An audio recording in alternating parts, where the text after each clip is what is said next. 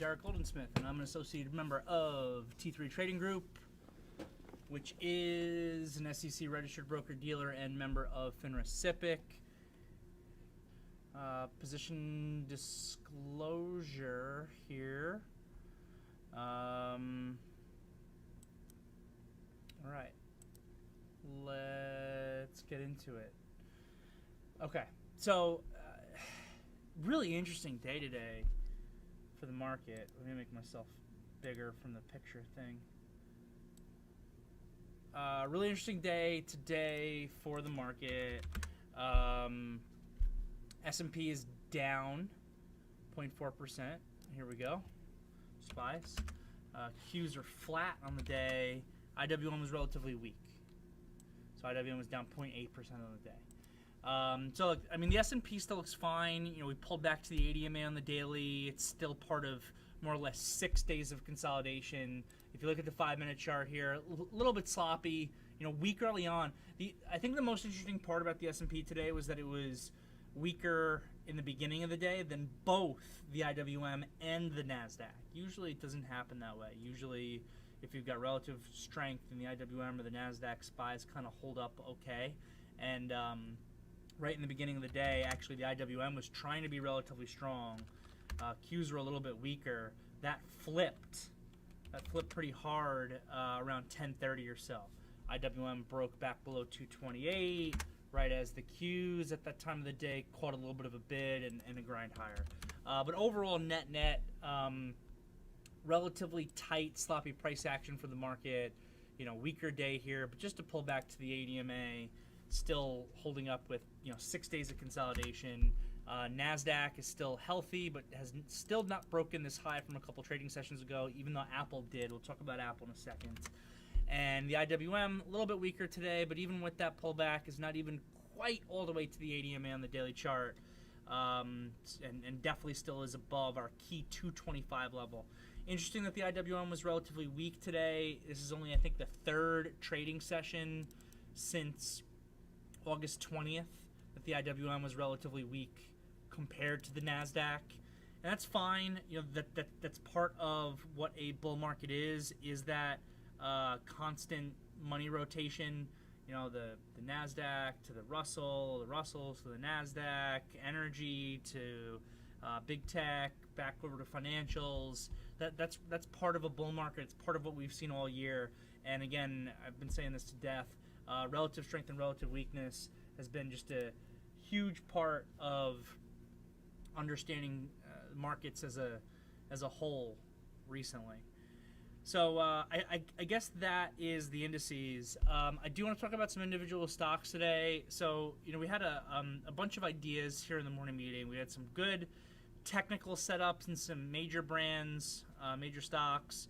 We're still also looking for short squeeze candidates. What made today so interesting was that the indices didn't really do too much, but there were some really big winners and really big losers, and it almost didn't even seem like there was rhyme or reason to it. Some of these speculative stocks, they really performed. Some of them got absolutely destroyed. Case in point, right? You can look at SoFi that had a really strong day today. The Sumo that I'm in had a really strong day today, got back above 22. And those names are both kind of a little bit more speculative. But then you could look at DocuSign today. DocuSign's daily candle is just a disgusting, engulfing, bearish candle. I didn't see any news on it. Or Coursera, which is also kind of a speculative name. I know $40 is resistance in Coursera. I kept calling for a pullback off of $40 in Coursera. This was not a pullback. This thing went down $4 off that resistance level today. It's down 9.6%, so did not quite get circuit broken by less than half of a percentage point at that point. But that candle, bearish, engulfing candle, just absolutely disgusting. Then you've got AMC, which is up 8% today, and this daily chart is still looking really strong. It's also one of those short squeeze Wall Street bets names. And at the same time, as you look at that, you got Bed Bath & Beyond that was down 6.5% today, retesting the 25 support level and totally broke down. And then GameStop, more or less somewhere in the middle, also a little bit weak. Definitely could not catch a bid. GameStop, I believe, has earnings tomorrow. Kind of a crazy day. You're definitely a little bit of a stock pickers market. Some big winners out there, some big losers out there. Almost didn't seem like there's too much rhyme or reason to it, to be honest. And it is a holiday week, Labor Day, 4-day week, and at the same time we've got Rosh Hashanah going on for anyone who's Jewish. Happy New Year to you on the holiday. So we know that this week we expect it to be slow. And we got that, right? We got pretty slow price action. We've had pretty slow price action like we've expected for the indices for a week plus now. But just interesting to see that there were some really big winners and some really big losers out there today. And it wasn't like, this group of stocks necessarily was really strong and this group of stocks was really weak. It was just like, this name has decided to be up a lot today, and this handful of names decided to be down a lot today. And it just kind of is what it is. We actually had some really good call-outs in the morning meeting today. DKNG was a fantastic call-out on this bull pennant, ascending bull pennant that developed, followed by an inside day. Great continuation there. Apple we spoke about through 155. I spoke about this candle in the morning meeting today.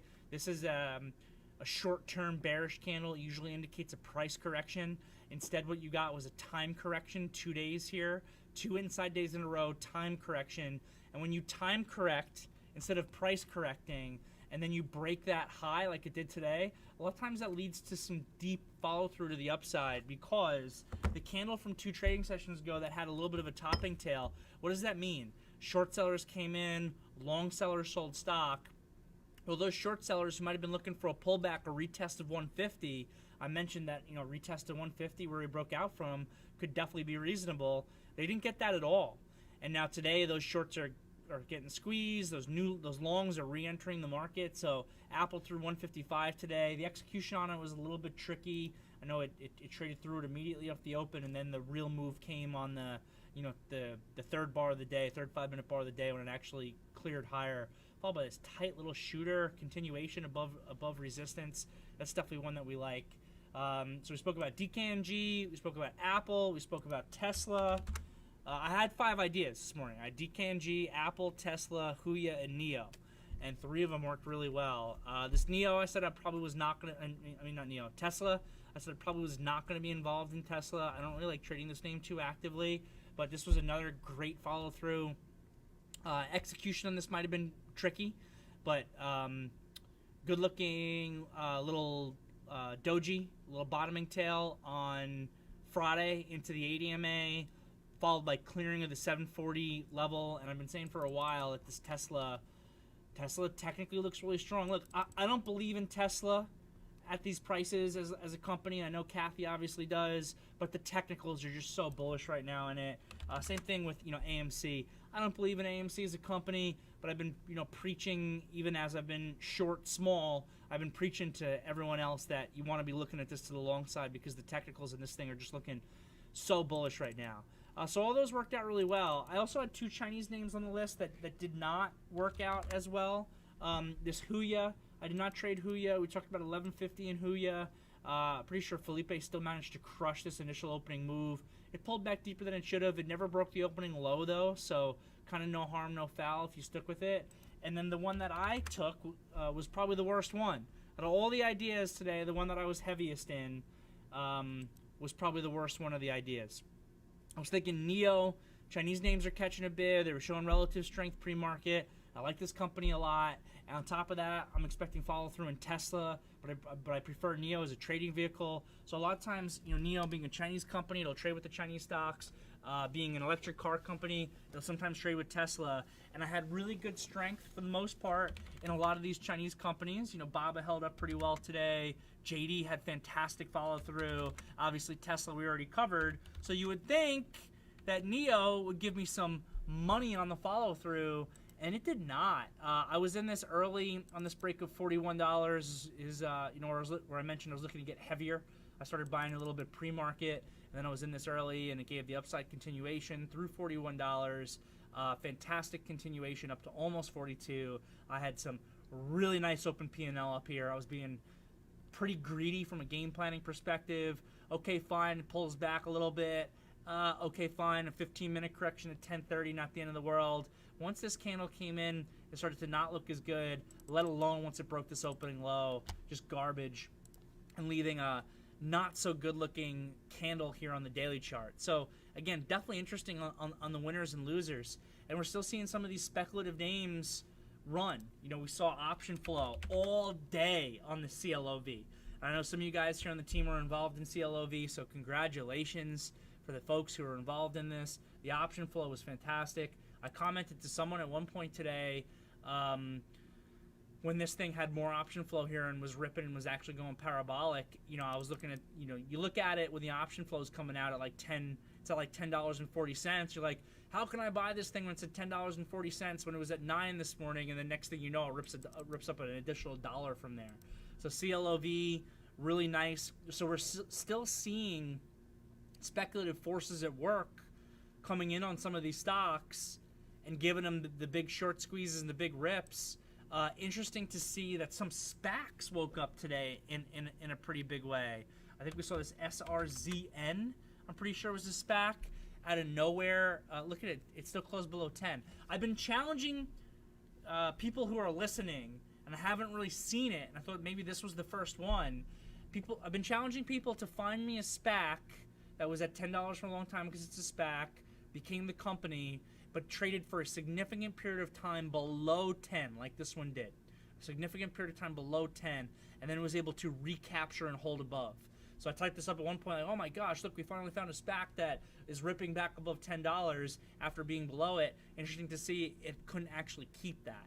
I'm expecting that these SPACs that have had significant declines below 10, should they ever recapture 10, are going to run into so much overhead resistance up there, because that's where every person who still has stock from the deal, it's their price. We know that.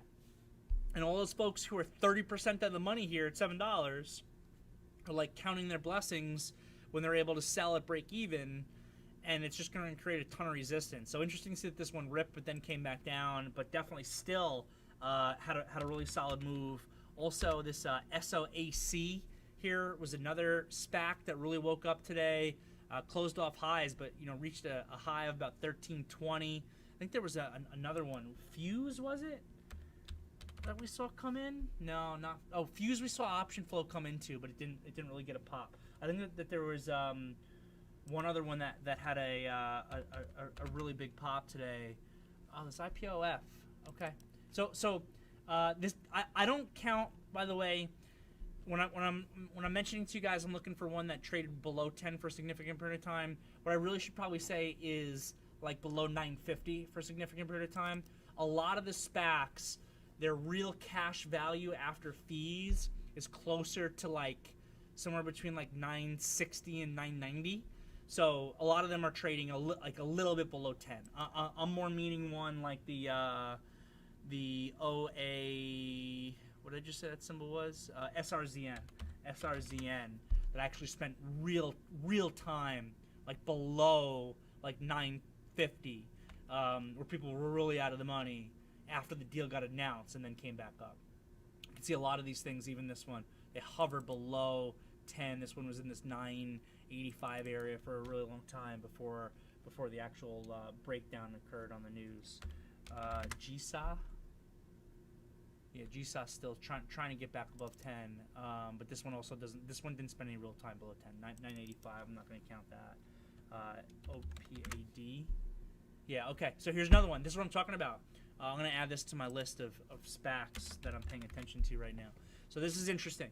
This is the first one I'm seeing here that was really able to recapture 10. Look at this. 4 big down days below it. This thing had really broken down and then was able to actually rip back above 10. I don't know what the news was that actually hit on this.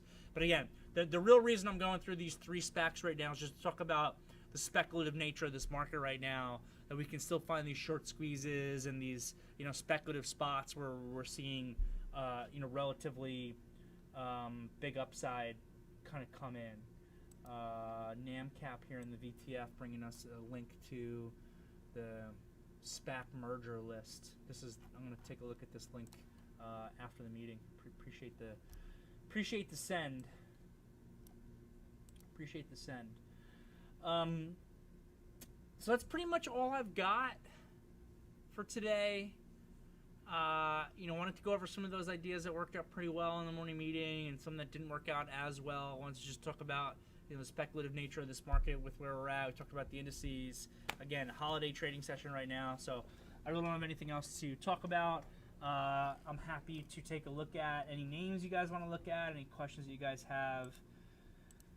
So give me a second here so I can scroll up in the virtual trading floor. What's Coop doing on its earnings here after hours? Up. Interesting.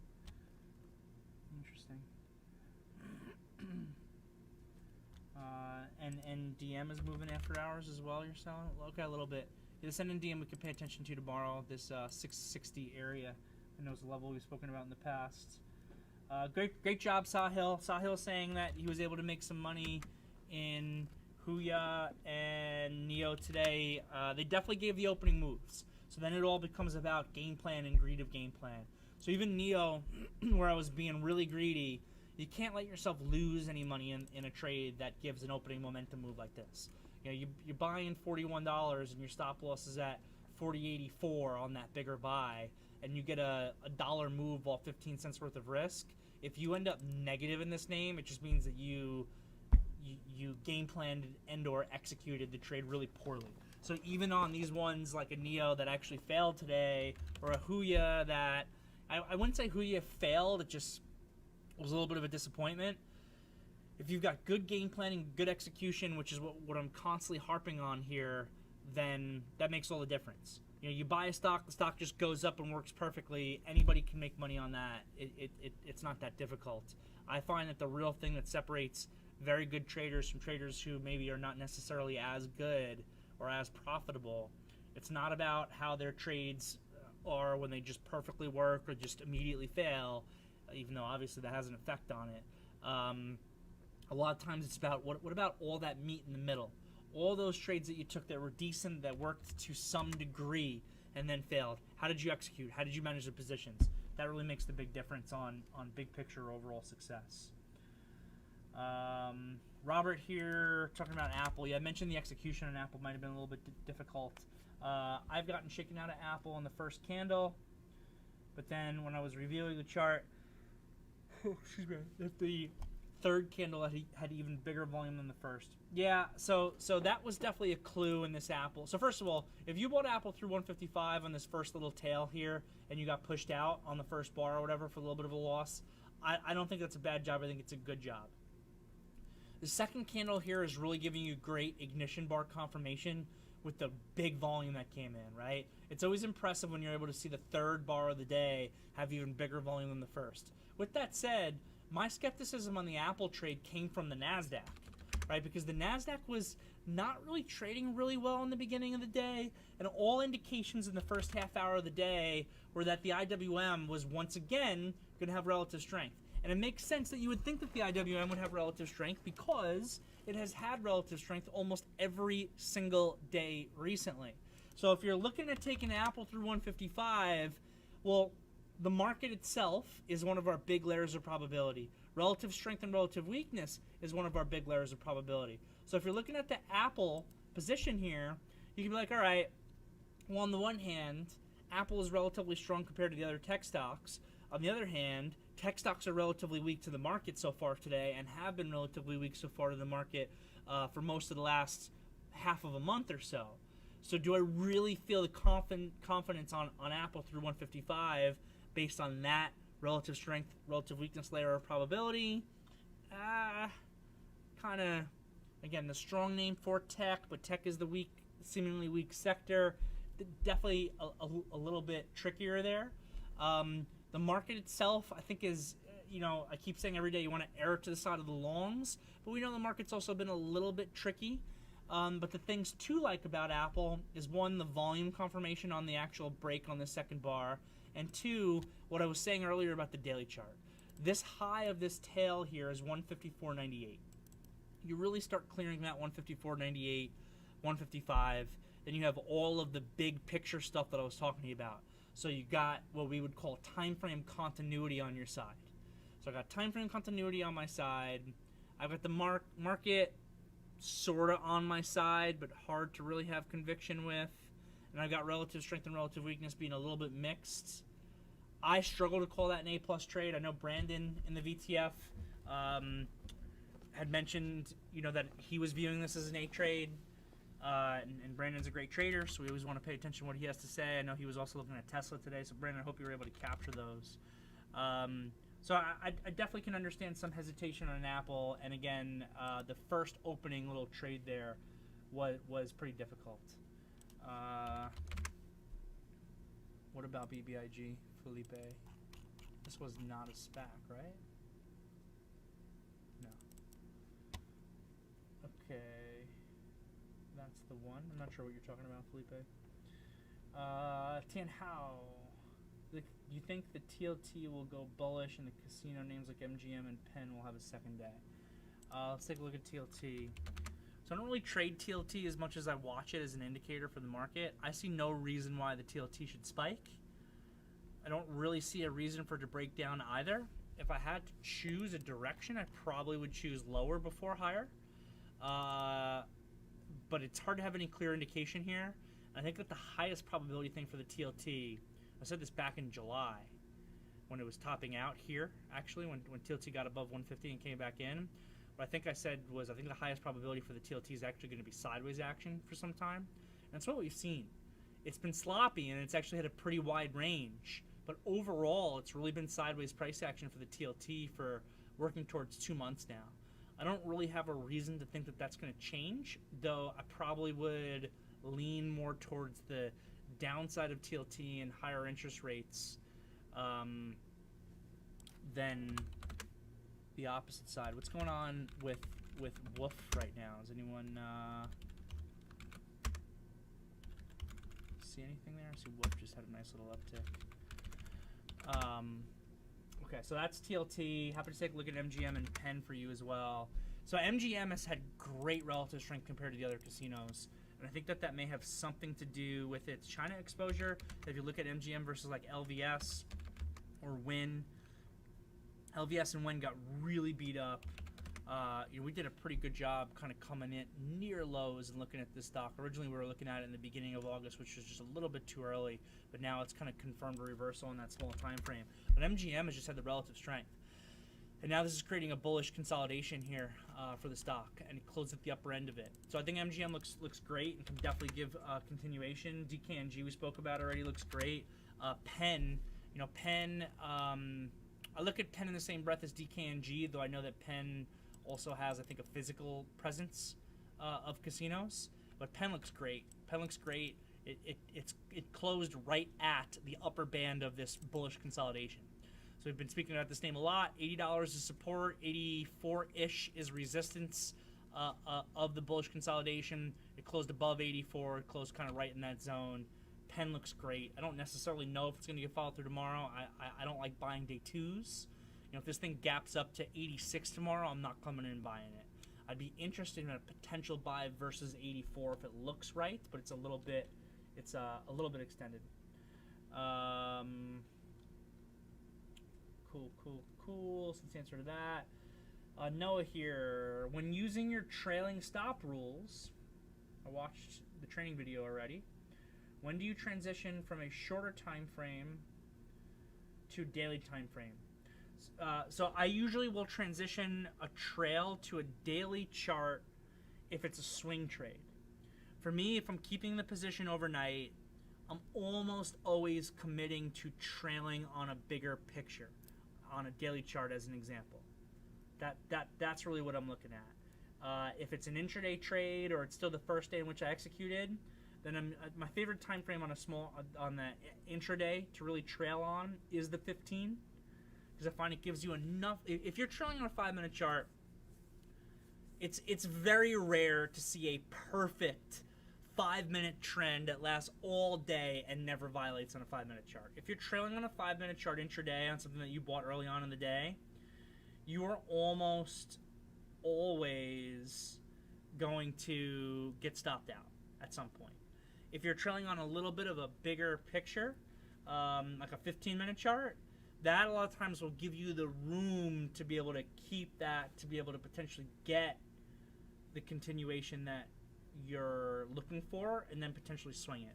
And then if I do swing it, that's when I go back to using my original stop loss usually, and then trailing it on a bigger picture chart like a daily chart. So that's the answer to that question.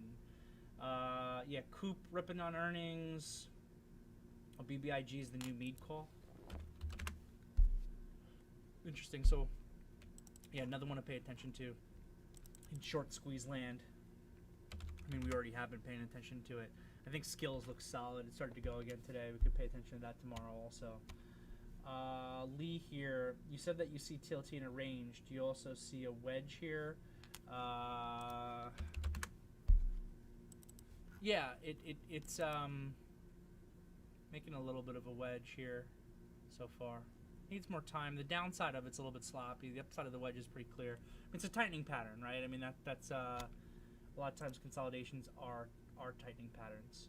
And now I'm looking at the chart that you posted. The chart that you posted also, you can see it. You can see it very clearly on kind of the descending highs, but the ascending lows I think are a little bit sloppier.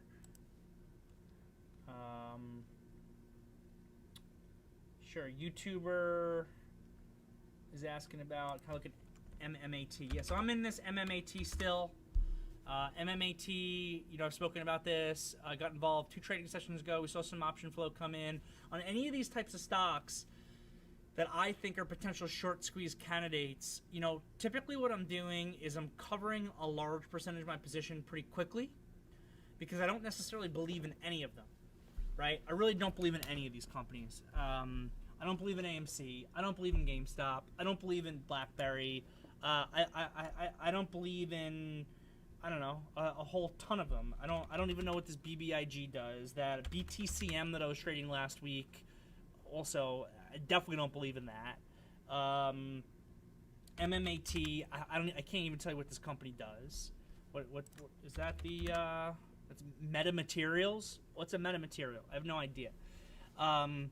But any of these things that I think are potential short squeeze candidates, like I'm saying, I am covering as much of my risk as I can on that first move, and I'm keeping a smaller percentage of my position just to see if this becomes the next stock that really gives like the SPRT type of short squeeze, where I'm looking at this thing and next thing I know it's up huge. You know, I did not do that with BTBT. I bought BTBT on July 26th, pre-market, below the low of the day on this day. My price was $4.75, I think. I sold the whole position that day by like $8.50, I think, maybe even $8. Thought I was a genius. Caught this huge move. And then a week later, it's at 21. So what I'm doing with all these types of things that we could really see major squeezes on right now, what I'm really trying to do is sell a lot of my position, really try to get my risk covered, and then just be greedy as all hell. And then you got to be a little bit careful because you could still run into an ANY type of situation, right? This ANY, which I traded on September 1st, I didn't keep it because it didn't close well. Look at this tail. And then the next day, it opened up at, you know, 690 or so and ripped to 12. Ripped to 12 that day. And I remember looking at, oh my God, it's a 12. I had all this stock that I sold out of into the close yesterday, blah, blah, blah, blah, blah. And then the next morning, they announced a secondary.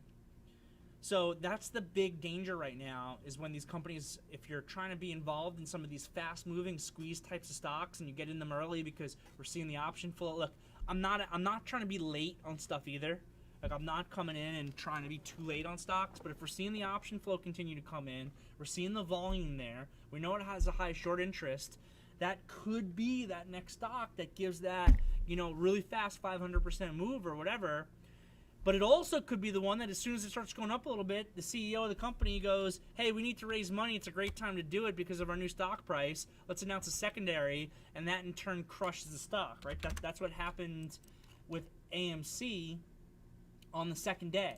Had the insane run up, right, from, you know, $35 to 73 or so that day. The next morning it was trading at 77, and CEO announced a secondary. Boom, dead.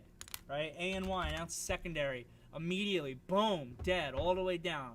$12 yesterday, $6.50 today. So that's why you got to be a little bit careful with some of these stocks. We're not trying to marry them. We're just trading them. You could marry a Microsoft. You could marry an Apple. You could marry those real companies that just continue to pay and pay and pay. Some of these other ones are giving huge moves, but we don't want to marry them. The same way that we didn't marry them and we knew that they were bubbles back in January, February, when Palantir was at 45 and, Jumai was at 70 and Tilray was at 55 and, one after the next. Triple D at 56, and then these things pulled back, 50 to 80%, depending upon the stock that you're looking at. We don't want to necessarily marry them, but they can be fantastic trading vehicles when they come together. So MMAT, to directly answer your question, yes, Friday's candle was gross, but it was extended. Not a good-looking doji on high volume, so this high needs to be cleared. I just got my stop loss in. Didn't stop me out today. I'm still in. I don't think it looks bad. I don't think it looks good. It needs to clear this high. So that is MMAT. No problem, Noah. Kyle saying he loves my afternoon meeting. I appreciate the compliment there, Kyle. Happy to, Apple's just such an important stock that you almost have to review it on a day-to-day basis. From Fabio, in your experience, what is a good risk-reward and batting average for day trading? Okay, so it's a difficult question to answer. I would say that most, not all, but almost all of the best traders that I know, and I'm pretty sure I'm in this category, are actually professional losers. They're wrong more often than they're right, but their risk-reward makes up for it. And then as far as the risk-reward that you're looking for, I actually think that the risk-reward you're looking for is highly dependent upon the trade type that you're taking. So, for example, the hammer capitulation buy setup that I spoke about one day last week, I don't remember which. I think it was when I bought Roblox on the small time frame off of $80 on August 30th. We did a whole little afternoon meeting lesson that day on hammer capitulation buy setup. It's almost hard to see, but that was this day here. That was this day here.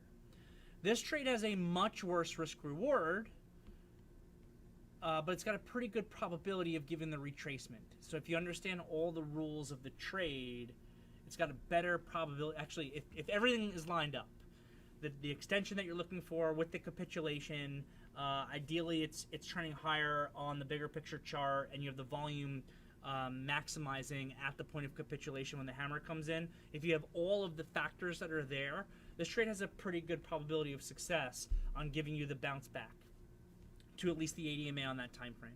And then it could potentially become more. So I still have Roblox now from that buy that I had at about $80.50 or so. So that's a trade there that has a worser, I would say, risk reward, honestly, though it became a reversal, but a higher probability of success on getting the initial target that we're looking for.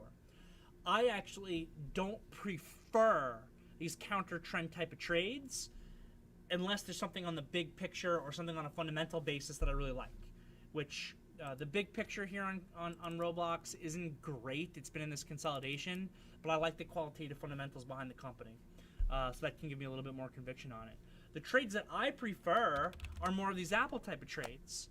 And honestly, look, I think that day trading, to also answer your question, I think that day trading is great. I started my career as a pure day trader. I don't think I even kept a position overnight my first couple of years at T3, 2 or 3 years doing this. It was 100% a pure day trader, never kept anything overnight. Now I view pure day trading as reward limiting. I think that if you have Apple at 155 and it closes at 157, to keep 15, 20, 25% of your position versus your original stop loss when you're in a win-win situation is how you put yourself in the best possible risk-reward scenarios, because what is your reward potential on a swing trade in Apple right now? It's unlimited. So I tell people, and I know it sounds kind of far-fetched, but it's really not. The risk-reward on a with trend long trade, the ideal risk reward that I'm really looking for on my trades is unlimited. I want unlimited reward for my risk. And you have that in this type of setup. You don't have that in the counter trend type of trades. So that's the best answer I got for you there, Fabio. It definitely depends a little bit on your approach and the types of trades that you're taking. Pablo saying that the volume on the mic is really low. Stefan is saying the same thing. Sorry about that, guys. I have to speak to my tech team. I'll try to bring this a little bit closer. They got me a new microphone. I don't know if you can see it. It's actually kind of crazy looking. But maybe I'll try to bring this a little bit closer to me, and hopefully that'll help. And otherwise, I can speak to my tech team tomorrow to try to get them to make it a little bit louder, because I am terrible at technology. What do I think of Corsair CRSR? I was actually looking at this Corsair pre-market, and I wanted to bring it up in the morning meeting today, and then I forgot to write it down. I think I forgot to bring it up. I think this Corsair looks pretty good. I was looking at it pre-market for a potential trade in it above yesterday's high, and I think it had some sort of news. I don't exactly remember what it was. So I was thinking about Corsair above Friday's high for a trade. I'm not loving how this closed. I would have liked a little bit of a better close in it today. And it needs to clear 30. 30 is a really big level on a closing basis that it needs to get above. I thought that today as a buy above Friday's high was a great kind of cheating start point, because the setup in the stock, it's kind of reversed on a small time frame. 88's crossed back above the 80. The 8 EMA is crossed back above the 21 EMA at this point. The stock is overall looking a lot better. Needs to clear 30. I thought today could have been a decent starting point, but I'm not crazy about the actual close. Next here is my buddy Buzz. How you doing? Mara. Yeah, so these crypto names got crushed today, as did crypto. Bitcoin took a big hit. Shorted Mara at 43.20 from pre-market. You traded around a core position. I was like that. I was like when people are trading around core positions. Down to 39 and did well. I got all out at 39 to follow my plan, but now think that I could have swung some. Has some potential as a swing to the short side. What would you have done? So I find these trades to be difficult is the first thing I would say to you. So what you're doing here is you're taking a counter trend trade, but you're definitely doing it with a good technical signal.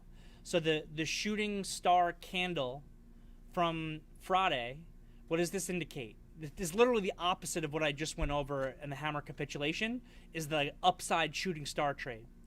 So this type of candle, when there's confirming volume, there's not confirming volume, but this type of candle, when you have extension and confirming volume, typically gives you at least a 50% probability of a pullback to the ADMA. Okay? Now, it not having the volume doesn't mean that it can't do that. It definitely can. It just means you have a little bit of a lower probability of success. And obviously today it didn't. So you've got the technical setup here on the daily chart. You found your smaller setup, I'm sure, for the execution. You had relative weakness kind of in the crypto sector, if we can even call it that. That was also on your side. So you got a lot of things on your side here. What's against you is obviously the market. It's still a bull market. I don't care what anybody says. We might be able to find stocks in a bear market, but you can't look at the S&P and tell me that we're not in a bull market. So that's against you. I think if you had a game plan to get out on a pullback to the equilibrium area, and we know that this $38 was a previous level that's broken out from that could act as support, and then you got out into the pullback, I think you did a great job. You got to keep in mind, this is a counter trend trade off of this shooting star. So really all you can really expect, I think if you wanted to be aggressive, you could have looked for a move to 36.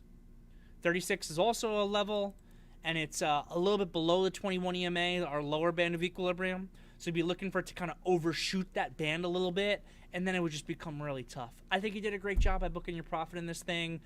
We don't want to play the what-if game. Like the what-if game is a really dangerous game to play for your trading psychology. The what-if game is, It's kind of like what I did in BTBT. I wasn't actually doing it. I'm not upset that I didn't have the move for 20. I'm just when I'm analyzing what I did with BTBT, how I got out at $8 and I thought I had this great trade, but then I saw what it did. All I'm utilizing this information for is to tell me about the market environment. I was never upset. I might have made jokes about it, but I was never upset that I had stock at $4.75 and I had 0 by the time it was above 8. Not upset about that at all. But again, it's a representative of what the market itself is kind of doing in this current environment. So, and you don't want to play the what if game, because when you start playing the what if I didn't sell all my BTBT and I kept every share I had all the way to $20 and then I magically sold it at $20, I would be a bajillionaire. You're going to mess your psychology up so bad. Next thing you know, you're not even going to have trading rules anymore. So you just develop your trading rules, you develop your game plan, you want to follow through with them consistently, and then you look at the data, which is what I'm doing here, and you say to yourself, well, maybe I need to make adjustments for similar game plans going forward. And now when I'm in an MMAT or something like this, and I recognize maybe this could be that next short squeeze candidate where it is at $20, low probability, not outside the realm of possibility, let me keep a little bit of it. Let me keep a smaller percentage and see if I can actually get the move. So Buzz, great job, my man. I love to see it. From Sahil, I often keep missing out in the earlier move risers as all my alerts trigger at the same time. And I can't enter at a good point in all of them as my order placing speed is bad. Should I switch to using LOO? What's LOO? Limit open order?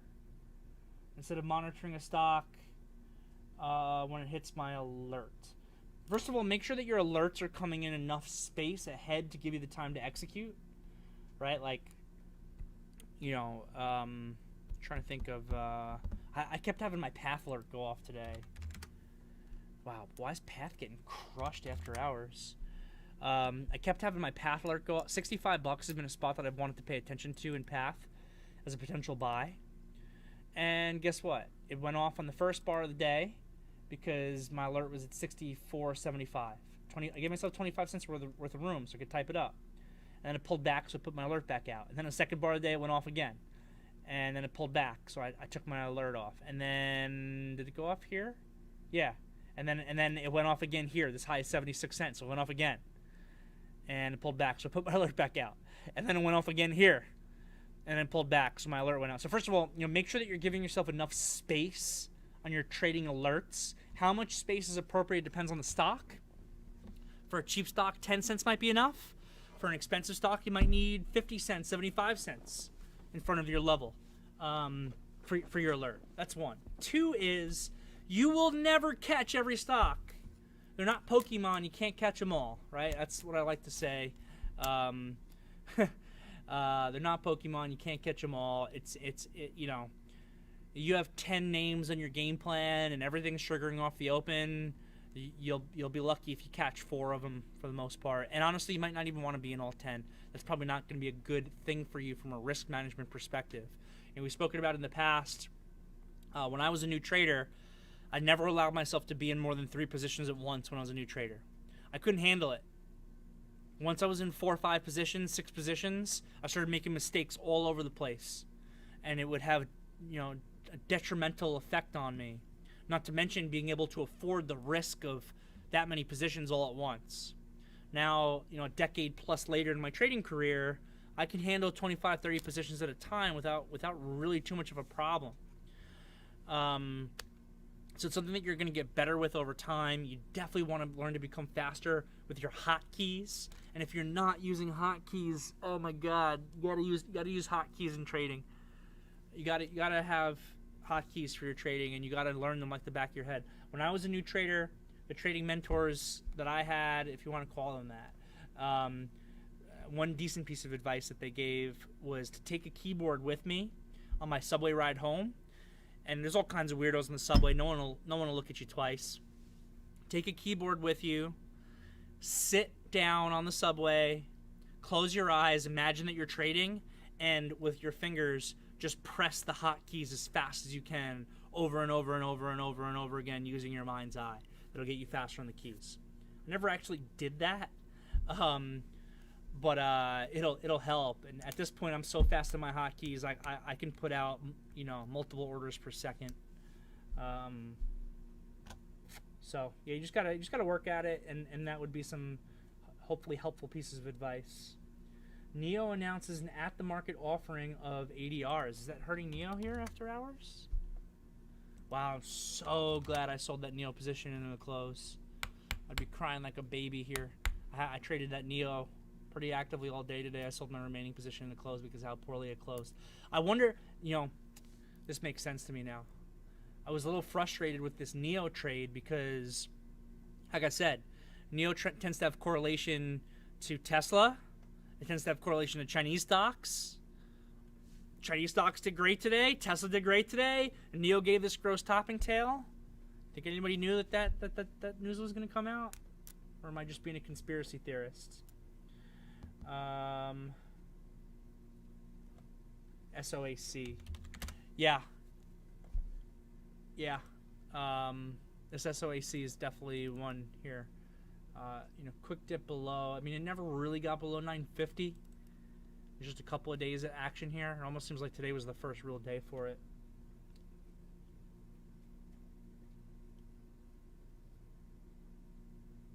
Yeti mic, yeah. Can I check NVAX? Someone asked me about Moderna earlier and I missed it. If someone asked me about Moderna earlier and I missed it, I feel like I saw that and I forgot about it. Just copy and paste the question or just send it to me again and I'll answer it.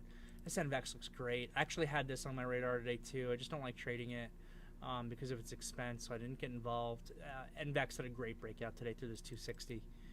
Great breakout, great follow through. Volume could have been a little bit better. I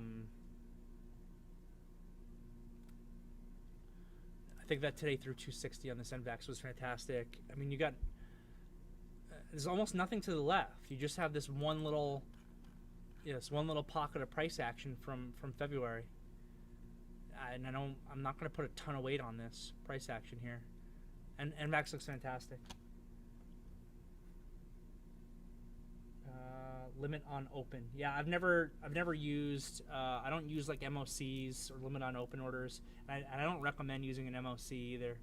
MOCs don't trade well. From C here, what are some standard scanner settings for movement and volume? I don't use a ton of scanners. C. The number one thing that I use is the ProDesk virtual trading floor. We get a between the entire team.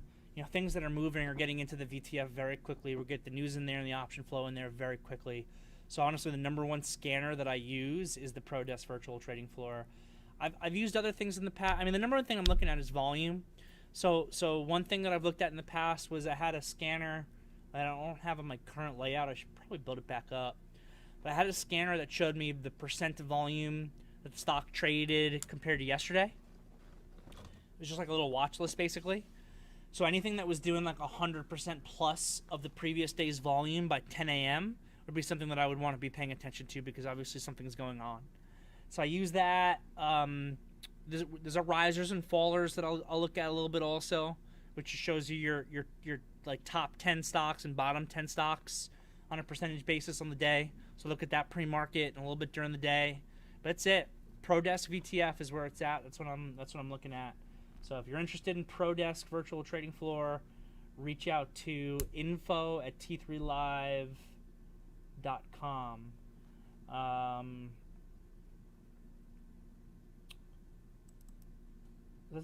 Looks like we basically covered it.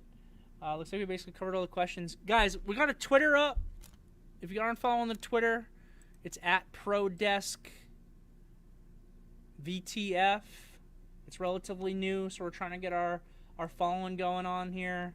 We're posting the videos and stuff like that in here. Pat's been doing a great job building out some of these charts for you guys to kind of review on some of the better trades that we do. Pat's been putting that together for us. So definitely check out the ProDesk virtual trading floor @ProDeskVTF on Twitter. We just started a YouTube specifically for me. I don't really know exactly all the details on how it's going to work. We got some support here. It is it's Derrick the Trader, I think is what they're calling it on YouTube. So, you know, trying to get a following going on some of this stuff here, Derrick the Trader. So if you want to give that a subscribe, definitely appreciate that. Also, we're getting some videos up on that. If you're interested in becoming part of the ProDesk virtual trading floor, reach out to info@t3live.com. If you're interested in being a professional trader with T3, reach out to info@t3tradinggroup.com. All right, everybody, have a great night. I'll see you all tomorrow.